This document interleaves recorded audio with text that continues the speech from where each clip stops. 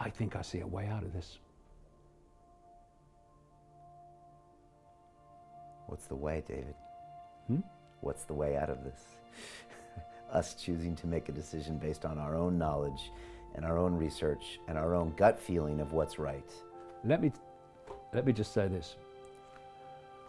We got into this frickin' mess through acquiescence to power. Most of that power, all of that power, is simply our perception that it has power. 66 million, handful, I don't think it has. So if we got into this mess by acquiescing to the illusion of power, what's the frickin' answer? Ceasing to do so. And then we'll see where the real power is. And it's not with the few. We are in a position here where this could be the turning point when humanity got off its frickin' knees. Some 7 million people watched our last episode, David. I'm sure tens of millions will watch this. Apparently our last episode is going to be broadcast on a television station in this country and be promoted in a mainstream newspaper with nearly 1 million circulation. People are listening, they're tuning in. Does this give you hope? Oh, of course. And it's not about me, it's about the information, it's about the realization of the reality that we're experiencing behind the smoke screens and the illusions that we're given and told to believe in. So, you know, in the old Yellow Brick Road, Wizard of Oz, they seem to be dealing with an all-powerful force.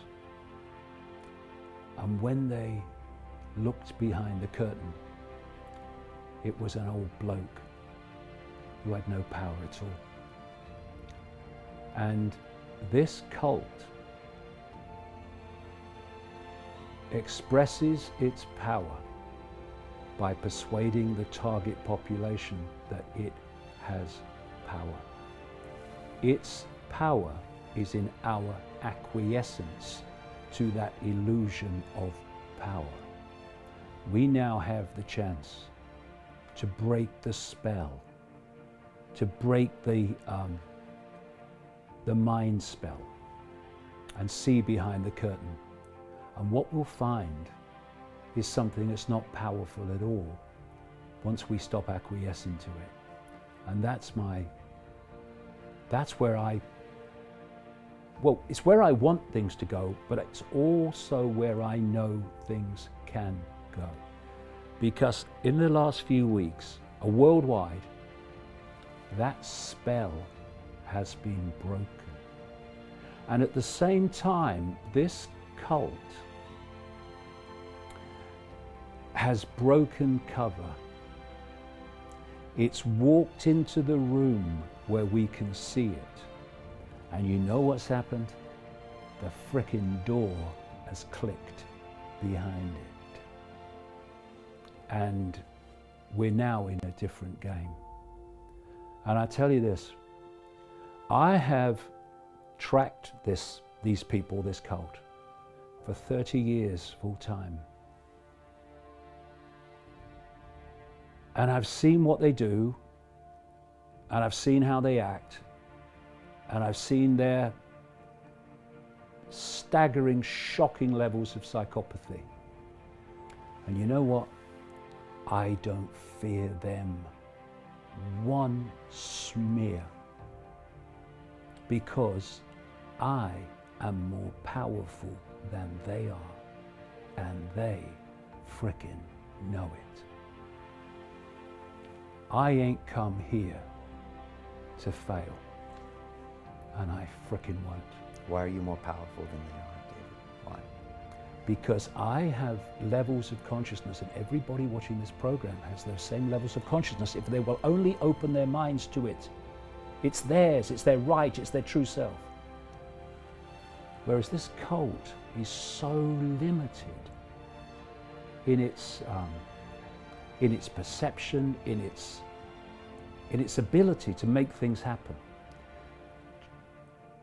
You see, what they've done, because they are so limited, I promise you they are so limited, the only way they can control humanity is to put humanity in a smaller box than they're in. That's how they've done it. And when humanity steps out of the box and realizes its true identity, which is a state of infinite awareness, which these pillocks aren't, then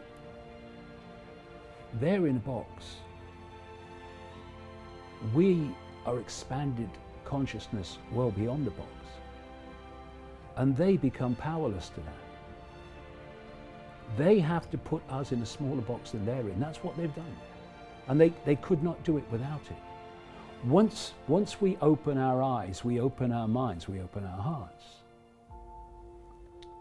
the walls of the prison, the walls of the bubble, the walls of the box, whatever you want to talk about, just fade away.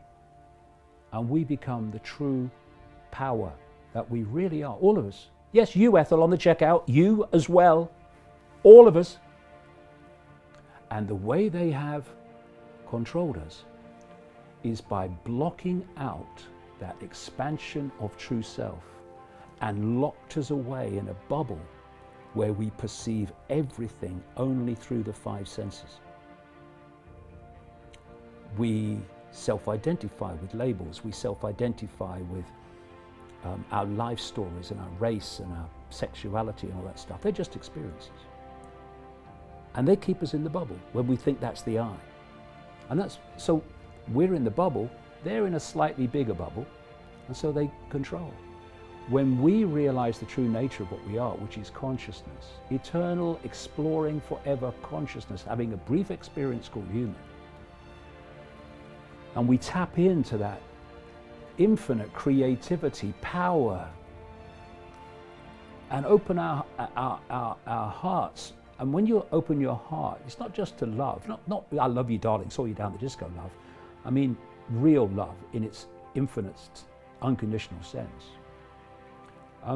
What you're doing is you're tapping in to a level of consciousness that does not have something which is the very foundation of human control. It does not have fear. So I am a unique expression of all that is, has been, and ever can be. I will go on exploring forever, forever. This is just a brief experience. What is there to fear? Nothing. And when you lose fear, you do what you know to be right without asking the question, which is fear asking the question. This is what I know I need to do, but what are the consequences for me? It's asking about the consequences, which is fear asking the question, that leads to people not doing what they know to be right. Once you open that and you go beyond fear, then you don't ask about consequences. You just do what you know to be right. And you know something? This cult is terrified of that. It's terrified of fearless people because fear is its currency of control. And if people are not fearful, it has lost its currency of control. And that's why I have more power than they have. Because you know something? They are consumed by fear. And their biggest fear, because it's over then, is humanity awakening to what the frickin' hell is really going on and who is really in control. They can only control by their target population being in ignorance of that. Once we realize their game is over And that's why I have more power than them, and they frickin' know it. And all of us have more power than them. Put aside fear. Stop asking about consequences, and you will see where the real power is. And it's not with these psychopaths. Mm. It seems so clear. It seems so obvious what you just said, Dave. But fear paralyzes so many people because they're worried about all these consequences from the postage stamp mentality that you've been talking about for 30 years. And so there's all the reasons why they shouldn't do what they should do, and then that stops them. But they are this close. This close. To opening it up and saying, what do you got? You've got nothing. I've got nothing to be scared of because I am here as an infinite being in infinite consciousness. So bring it, and then we'll realize that they have no power. Ask one question. If you need to. Fear will ask it. What are the consequences of me not taking this shit anymore? Okay. Ask another question. What are the consequences of me taking it? And I'll tell you now, the consequences of taking it are infinitely greater than not taking it. So when people let go of fear, including the fear of death, which freezes so many people. Fear of death, there is no death. It's just a transfer of point of attention. That's what death is. That's all. We're infinite awareness. Once you let go of fear, what can stop you, control you, impose its will upon you now? Because it's done through fear, and when you have no fear, it can't do it. So, bring it on. You don't frighten me. And you know something? You never frickin' will. For some reason, I'm having a flashback to an old episode of Star Trek, David. The one with William Shatner, the original ones. And there was this alien entity that was terrorizing the Starship Enterprise.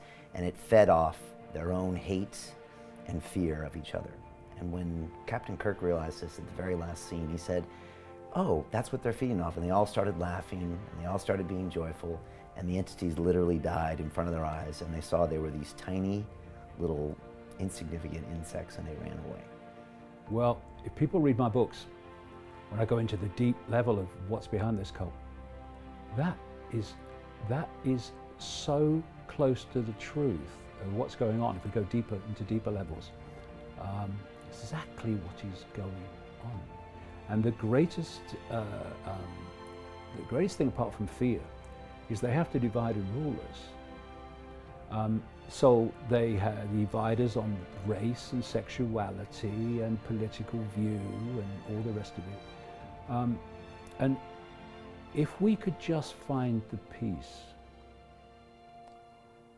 to be at peace with others having a different view to us, those fault lines would fall. And we would start to see that whether you are a Jew or a Muslim or a transgender or black, white, whatever, these are just different experiences of the same infinite state of awareness. They're just different points of attention in the same state of awareness. We are each other. And the key is you believe what you want to believe, but don't seek to impose it on anyone else. I don't care what people believe. I don't care what they think or what their views are. I only care when they seek to impose them on other people. That's when the problem starts. So why can't I sit with a Muslim and a Jew and a Christian and a Hindu and disagree with their belief systems, because don't buy any of them, and yet we just have a friendly chat? No need for conflict, no need for fighting.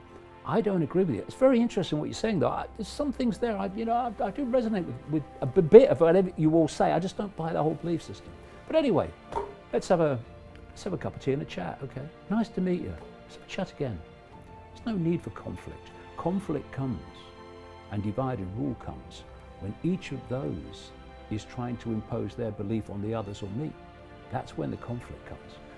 One of the great things that has to happen for us to come together is people have to find peace in other people having different opinions, because we are expressions of all that is, has been, and ever can be. And what am I saying when I say that?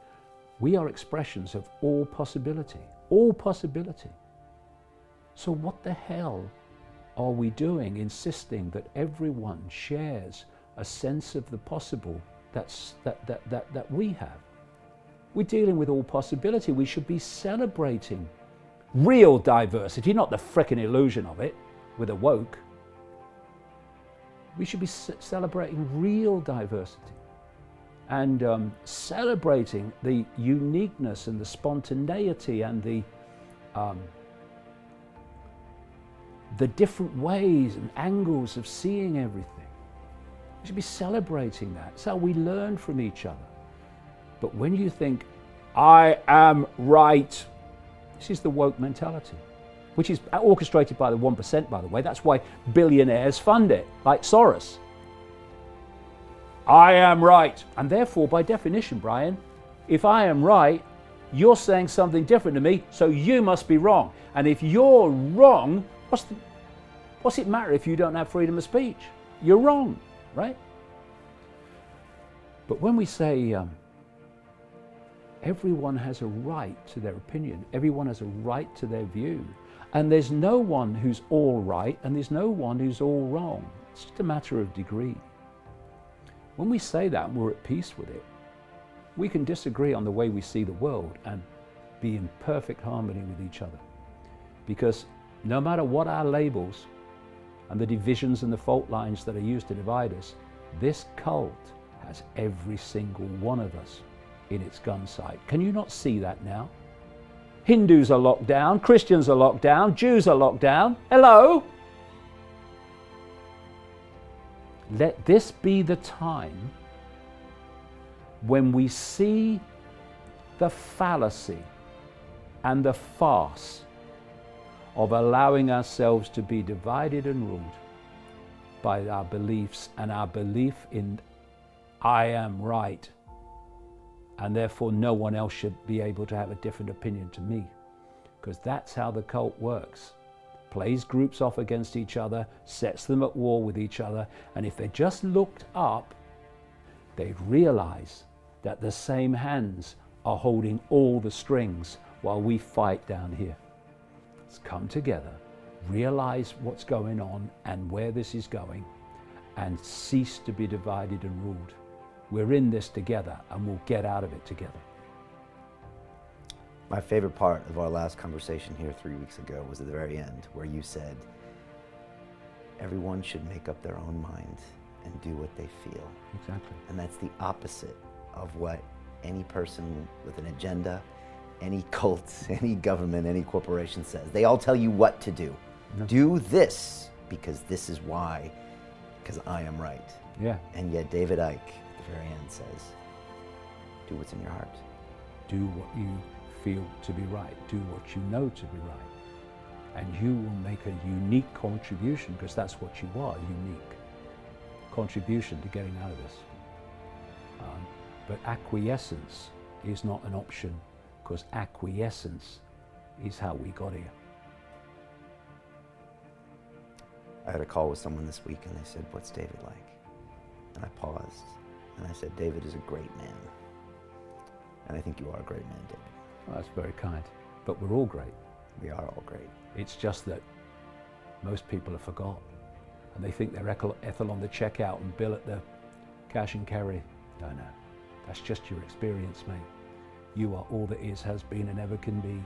And all that power and all that creativity and all that insight and all that knowing is just waiting for you to open your mind to it, to break out of the bubble of the five sense illusion And then you'll realize you ain't Ethel on the checkout and you ain't Bill at the cash and carry. And at that point, this world will change in ways that we couldn't imagine possible. Like I said, take care of yourself. Please keep putting these messages out there. I don't know any other way. They'll carry me out with me still saying it. No one's going to shut me up. Any final thoughts?